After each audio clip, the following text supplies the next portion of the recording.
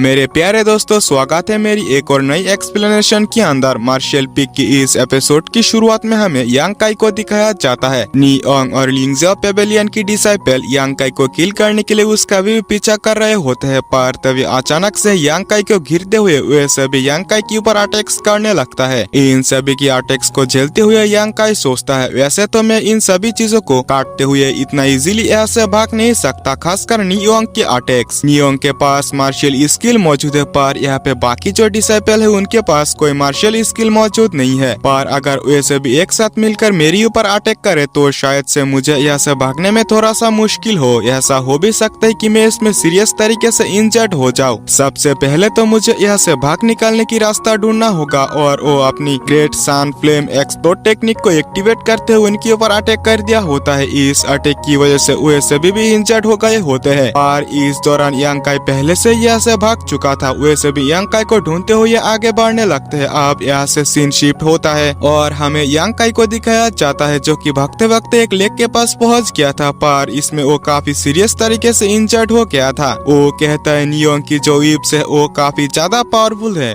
मेरी प्लेस पर अगर यहाँ पे कोई नॉर्मल कल्टीवेटर होता तो शायद ही इसके अटैक से जिंदा बच पाता। वो तो वहीं पे हार्ट अटैक की वजह से मर चुका होता। यांग काई के पास यहाँ से आगे बढ़ने के लिए भी और कोई रास्ता मौजूद नहीं है। वो ज्यादा देर तक तो भाग नहीं सकता था, इसी वजह से वो उसी लेक के अंदर छुप गए होते हैं। तभी अचानक से वहीं पे नी ओंग और उसके सभी साथी पहुंच गए होते हैं। लेक के पास उसे यांग काई की खून मिलता है। वो अपने साथियों से कहता है कि यांग काई आसपास ही होना चाहिए, शायद से इसी लेक के अंदर छुपा हुआ हो, इसी वजह से हमें यहाँ पे उसे ढूंढने के लिए इंतजार करना चाहिए। और वो लेक के आसपास ढूंढ रहे होते हैं। यांग काई भी समझ जाता है यहाँ से निकलना उसके लिए काफी मुश्किल है और वो यहाँ से लेक के नीचे की ओर जाने लगता है, पर एक्सीडेंटली उसे लेक के नीचे एक सीक्रेट टनल मिलता है जो कि एफ केव के अंदर जाकर खुलता है। वो उस टनल के थ्रू उस केव के अंदर आ गया था जहाँ पे की काफी सारे ट्रेजर्स के साथ साथ एक स्केलेटन भी मौजूद था। शायद से इस गुफा की ओनर की वो स्केलेटन हो। यांग काई यहाँ पे गुफा के लगे निशानों को देखकर समझ जाता है कि इस ट्रेजर के लिए पहले भी फाइट हुए होंगे और वो कहता है सबसे पहले तो मुझे अपने आप को रिकवर करना होगा और उस स्केलेटन के पास चला जाता है जहाँ पे उस स्केलेटन को देखते हुए वो कहता है मौत के सामने आखिरकार सभी चीजें ही फीका पड़ जाता है,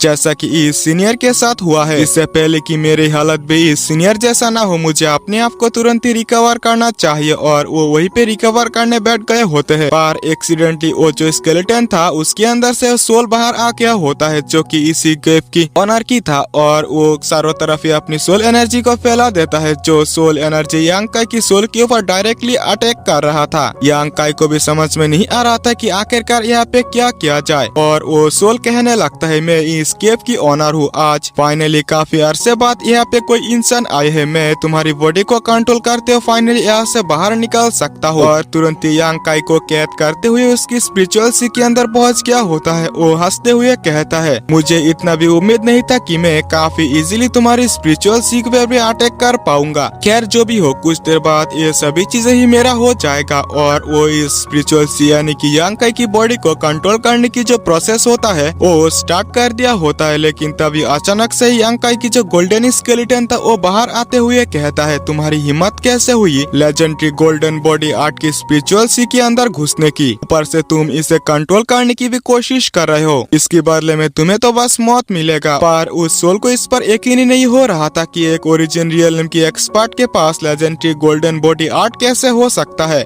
वो बिना कुछ सोचे समझे गोल्डन स्केलेटन के ऊपर अटैक कर दिया होता है। पर जो गोल्डन स्केलेटन होता है वो काफी इजीली उसके हर एक अटैक को डॉच करते हुए उसे अपनी पीठ पे लगे जितने भी आर्म्स होता है उससे पकड़ लिया होता है और उसे इलेक्ट्रिक शॉक देते हुए कहता है अब मैं तुम्हारी सोल को यानी कि तुम्हें एनर्जी में बदल कर यांग काई की कल्टीवेशन में सुधार करने के लिए यूज करूंगा। इससे तो वो सोल तुरंत ही काफी डरते हुए यांग काई से रिक्वेस्ट करने लगता है कि प्लीज मुझे छोड़ दो, इसके बदले में मैं तुम्हें कई सारे पावरफुल मार्शल आर्ट टेक्निक सिखाऊंगा। यांग काई भी कहने लगता है कि तुम्हारे पास ऐसे कौन से मार्शल आर्ट टेक्निक मौजूद है। ओ सोल कहता है ये टेक्निक हार्ट डिवोरिंग सील है। इसे सीखने के लिए सबसे पहले तो तुम्हें 10 साल से भी कम उम्र की एक बच्चे की हार्ट को जिंदा हालत में निकालना होगा। ये सुनते ही यांग काई काफी गुस्से में कहता है इस तरीके की टेक्निक प्रैक्टिस करने से ना करना ही बेहतर है, जिससे गोल्डन स्केलेटन काफी ज्यादा गुस्सा हो गया होते हैं। पर ओ सोल कहने लगता है कि प्लीज मुझे माफ कर दो, मेरे पास और भी मार्शल आर्ट टेक्निक है जो कि तुम्हारे लिए सुइटेबल शायद से होंगे, और वो काफी सारे मार्शल आर्ट टेक्निक के बारे में बताता है, पर ये सभी टेक्निक की काफी ज्यादा क्रूएल था। इस वजह से यांग काई को काफी ज्यादा गुस्सा आ गया था, पर वो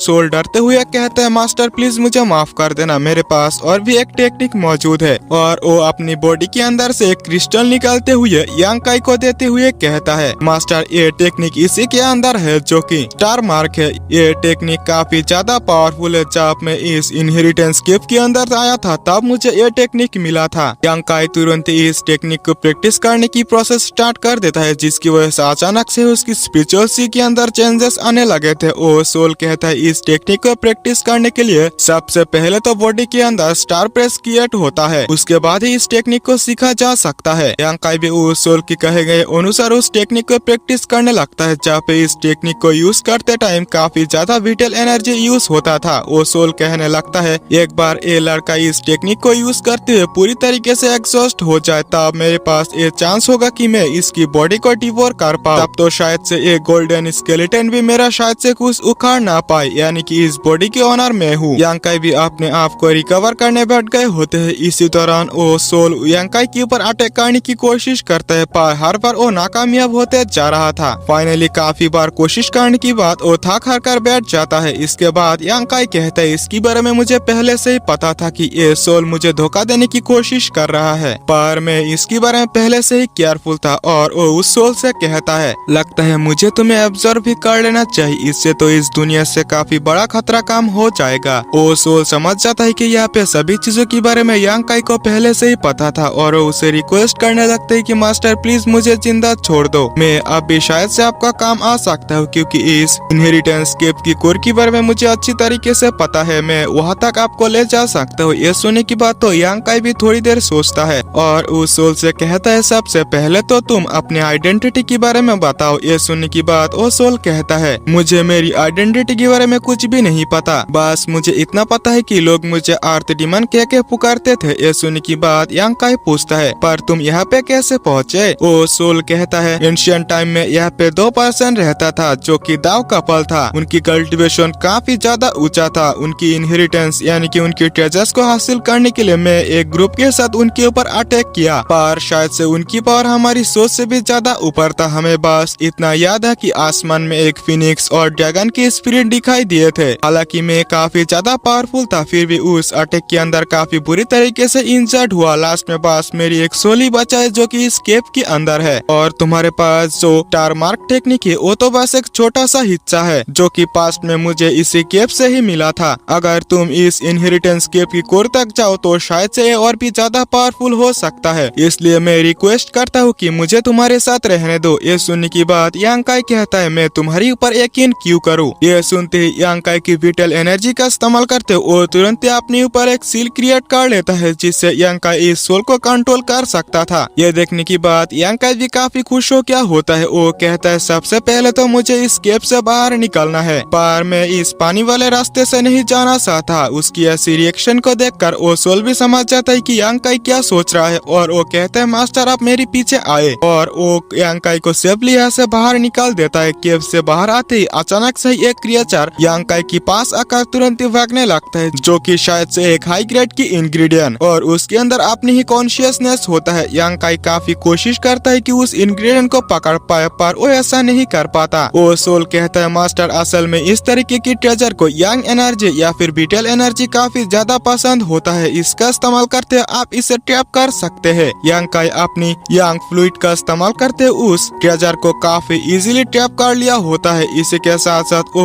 उसे यांग फ्लूइड खाने के लिए भी देता है। वो इंग्रेडिएंट्स तो इससे काफी ज्यादा खुश हो गए होते हैं। यांग काई उसे देखते हुए कहते हैं लगता है हम दोनों ही काफी दिनों से भूखे हैं। यांग काई उस ट्रेजर को अपने पास रखते हुए आगे जाने ही वाला था, पर तभी अचानक से उन दोनों को महसूस होता है कि उनकी ओर कोई आ रहा है। इसी के साथ ये एपिसोड भी यहीं पे एंड होता है। मेरे प्यारे दोस्तों, अगर आपने वीडियो यहाँ तक देख ही लिया है तो चैनल को सब्सक्राइब करके वीडियो को एक लाइक जरूर से कर देना, और अपनी दोस्तों से शेयर जरूर से कर देना, ताकि मुझे मोटिवेशन मिल सके कि मैं और ज्यादा वीडियोस को आप लोगों के लिए ला पाऊँ।